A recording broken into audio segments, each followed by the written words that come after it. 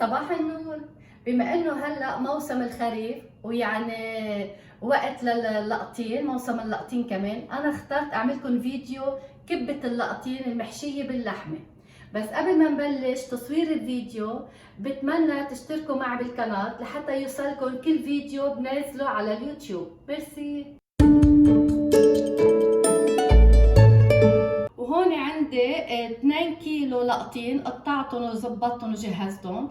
انا رح استعمل 2 كيلو لانه بدي لعدد 10 اشخاص بدي الكميه تقديني، مشان هيك رح استعمل كميه كبيره. ول 2 كيلو لقطين بدي 500 جرام برغل ناعم رقم واحد، ما بيأثر اذا كان برغل ابيض او برغل اسمر، المهم يكون برغل ناعم.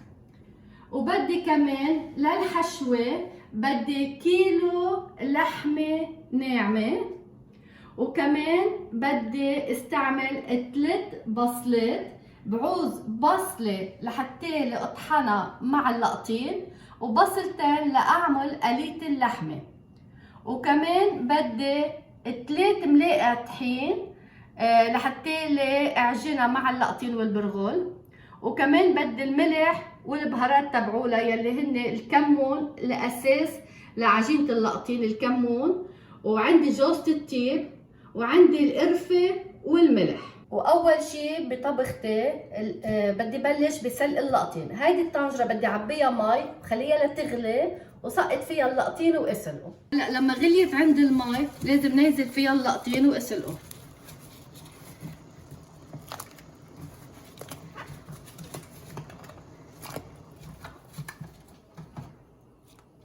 من بعد ما حطيت اللقطين كله بالطنجرة حسيت انه المي كتيرة، رح خفف شوي صغيرة من المي احلى ما تكب على الفرن.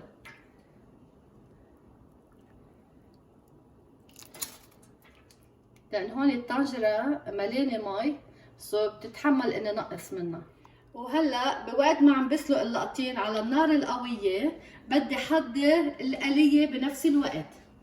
حطيت التقلية على النار القوية لتحمى بسرعة، وهلا رح ننزل الزيت. انا مش معبيه الربع كبايه، اقل بشوي، ما بدي احط زيت كتير. اللي بحب الطبخه دسمه في يحط ربع كبايه زيت نباتي او في يعملها بالسمنه، كل واحد ذوقه. وهلا بس حمي عندي الزيت رح ننزل البصله.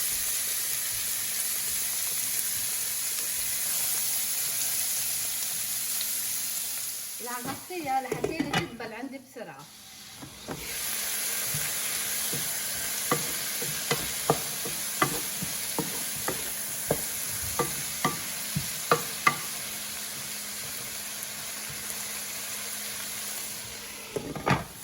وهلا من بعد ما قليت هون بصلتين وصارت جاهزه لحط اللحمه عليها، انا رح نازل اللحمه فوق البصله. مقدار اللحمه هي كيلو، ودبلهم مع بعض.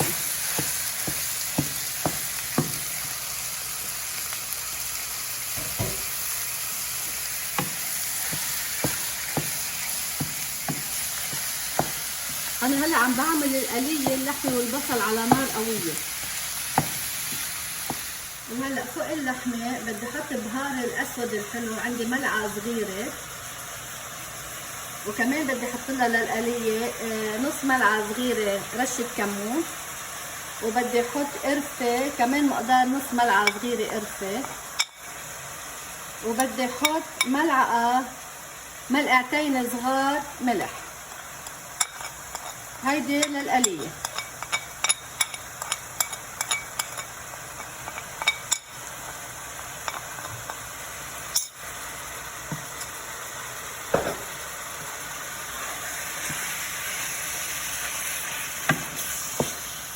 هلا رح غطي اللحمه لحتى تستوي احلى، وانا كل المقادير والمكونات رح اكتبهم باسفل الفيديو حتى اذا نسيت اذكر شيء كله حيكون مذكور مكتوب. وهلا هون بلش عندي مية اللقطين تغلي، هلا بتركها شوي صغيره شي 3-4 دقايق، برجع بشوف حبة اللقطين اذا استوت وبقشعكم اياها. هلا من بعد ما صار لها 4 دقايق على النار بدي اقفرها اذا استوت، لانها عم تغلي كثير ما في احط ايدي، بس استوت بعرفها هيك بس اكبسها بالملعقة وتنعم معي بسهولة، معناتها بقش بدها. وهلا من بعد ما طفيت تحت اللقطين واستوى عندي، بدي شيل شوي صغيرة من ميته قبل ما افرغهم بالمصفاية، لانه بركي عزت منهم لاعمل الكبة، كبة اللقطين. خلينا عجلة، في حيل عزت مي بستعمله. هلا انا هون بدي افرغهم.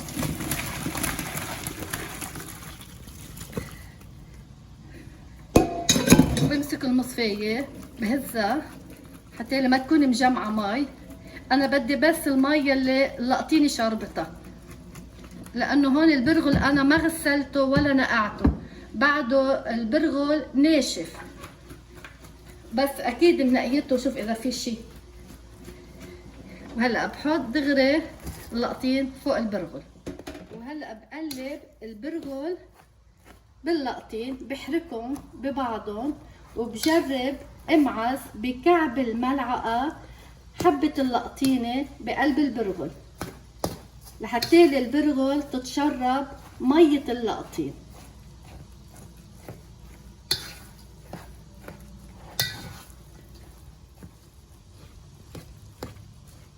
وهلا من بعد ما خلطت اللقطين بالبرغل منيح، بتركهم لحتى تش حبة البرغل، وكمان ليسقع شوي العجين لاقدر امسكه بايدي، وبرجع لكم. وهلا صار دور افحص القلية انها بعد تطبخ. من بعد ما صار لها 20 دقيقة على النار، اكيد كل شوي كنت عم حركها وحطيتها على نار قوية.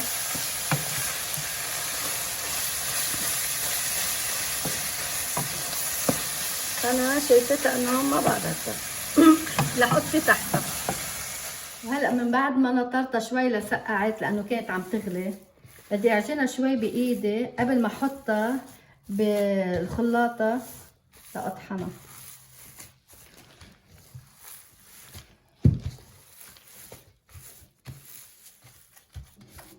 جمعهم على بعضهم لحتى يتش منيح عندي البرغل بمية اللقطين. وهلا رح بلش بطحن البصله.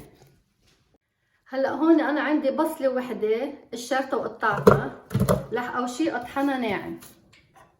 هاي البصله حجم وسط تقريبا.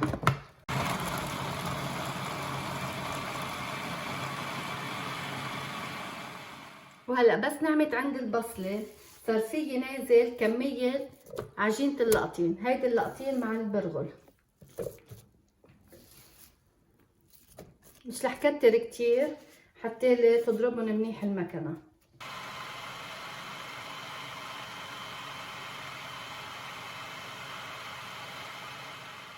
هيدي اول مرحله، اللقطين والبرغل والبصل انطحنوا، سو بشيلهم لحط غيره.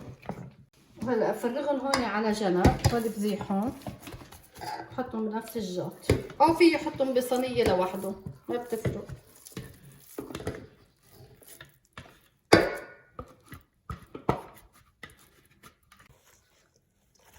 وهلا رح احط قسم تاني بالمكنه لحتى تعجن لي اياهم.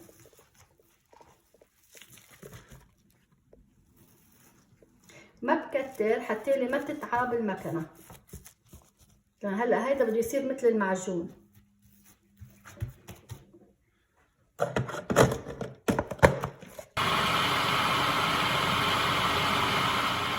هلا من بعد ما خلصت عجن كبة اللقطين بالمكنة بالآلة الكهربائية، لازم احط لها 3 ملاقع طحين.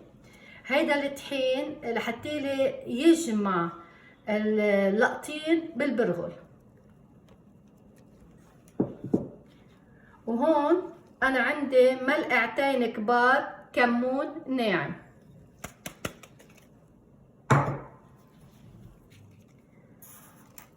وكمان بدي احط لها ملح ملعقه كبيره، مش رح كتر هلا بعدين بدوقها. وعندي البهار الاسود بدي احط لها تقريبا ملعقه صغيره. وكمان عندي جوزة الطيب بدي ابرشها دغري فوق العجينه. تقريبا مقدار ربع ملعقة صغيرة. هلا من بعد ما حطيتهم بعجنهم كلهم ببعضهم.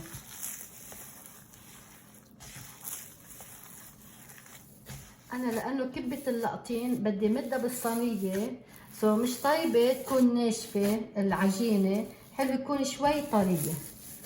هلا بعجنها، اذا حسيتها بدها نقطة مي بحط لها من ميتها هي. انا هلا من بعد ما خلطتهم ببعضهم كلهم دقتها، حسيت طعمة الكمون قليلة فيها، كنت حطيت لها ملعقتين كبار، رح بعد حط لها ملعقة، لانه هي بصراحة بتطيبها الكمون. وبرجع بعجنها.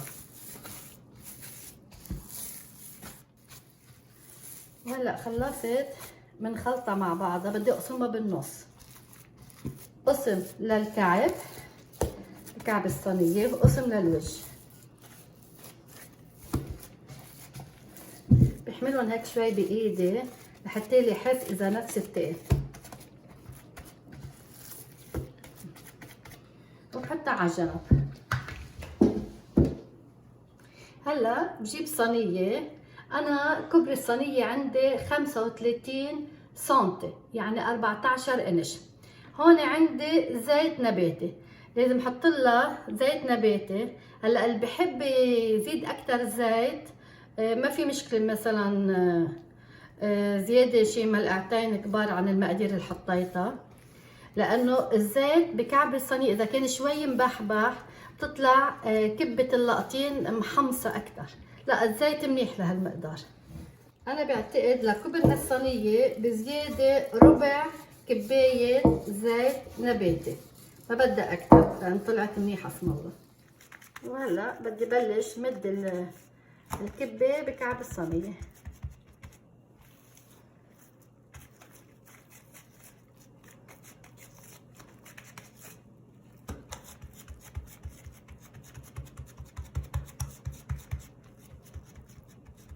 انا ما بدي اعملها سميكة ولا كتير رقيقة مثل الورقة. بشيل قطعة بعملها على كف ايدي،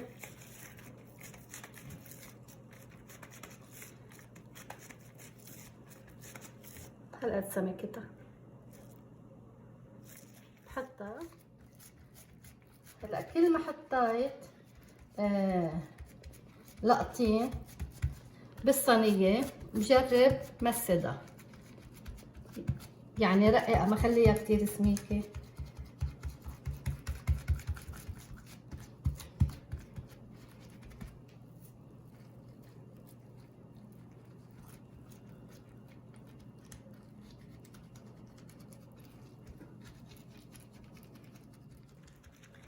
وهلا من بعد ما غطيت الصينية كلها، وجه الصينية، برجع بعملها بايدي هيك لاتاكد انه كلها بنفس السماكة كلها. هلا بفرغ الحشوة كلها على بعض.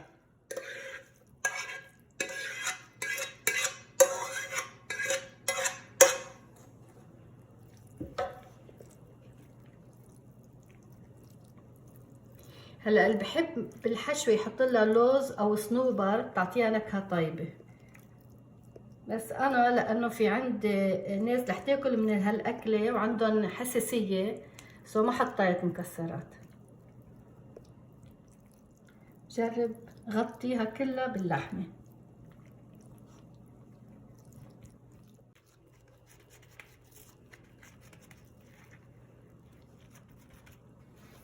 هلا بكفي لغطي وجه اللحمة، بجرب رققها على كف ايدي، حطيلي ما تعذبني بس بدي مدها منيح.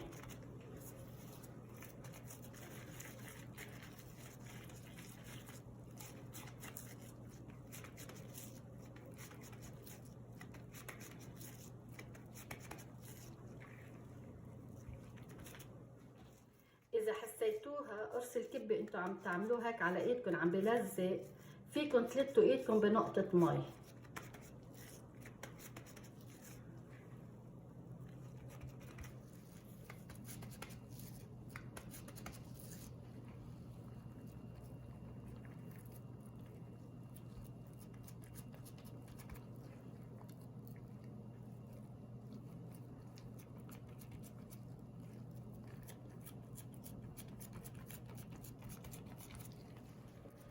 وهلا لسكر بقية الأطراف بصير شيل شقف صغيرة وبلزقهم ببعضهم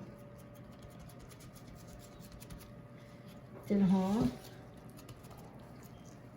هيك. بفلشها هيك، لوت ايدي من المي اللي حطيتها حدي.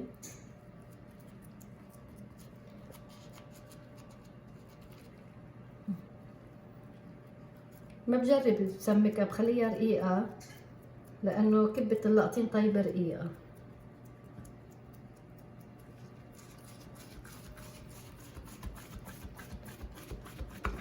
إذا حسيتها ناشفة بلوت كف إيدي بالمي وبعملها.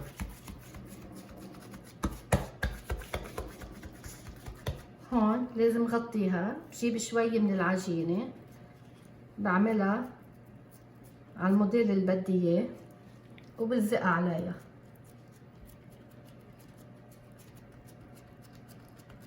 هون بعد عايزة شوي كمان، بجيب شوية عجين برققها برفعها وبحطها عليها لغطيها. كمان هون بدي كمان بخليها تكون رقيقة. برجع بلوت ايدي شوي صغيرة بالمي كف ايدي وبعملها، لان انا ما بدي وجهها ناشف، يعني شوي طيبة طرية. كبسها بايدي لاتأكد كلها عفرت سماكة. هلا اطرافها بنزلهم من هون بطرف صبيعي، ما بخليها طالعة طلوع هيك. كلهم مظبطهم، برتب لها موديلها. وهلا بدي اقطعها بالسكينه. هلا انا حد مني لاقطعها لازم احط صحن فيه مي او كبايه فيها مي للد راس السكين، وبلش فيها زيحها من فوق لتحت. لازم السكين تدق بالصينيه من تحت. اذا حسيت السكين عم تلزق بالعجين بلته بالمي.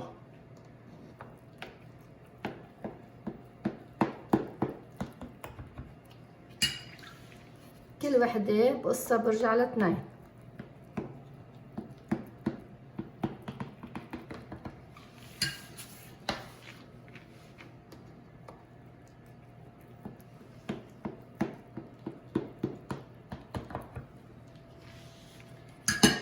كل ما قطعت بلت السكينه بالمي.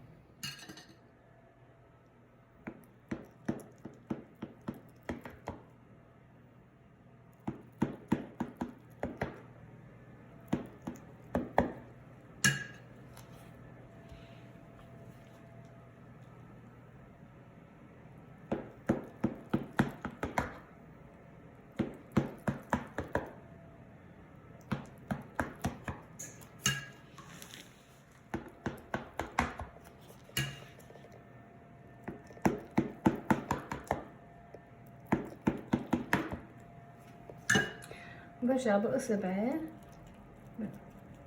بعمل لها دويره بالنص. اذا حسيتها من محل قبت بالسكينه بجرب رتبها باصبعي. وهلا لتطلع طيب الصينيه لازم احط لها على وجهها زيت زيتون. انا هون حطيت ربع كوب زيت زيتون. اول شي بحط شوي بالنص وبجرب ادلق لها وجهها. انا ما بدي اكتر اكتر من هيك، بدي اجرب غطي لها وجهها.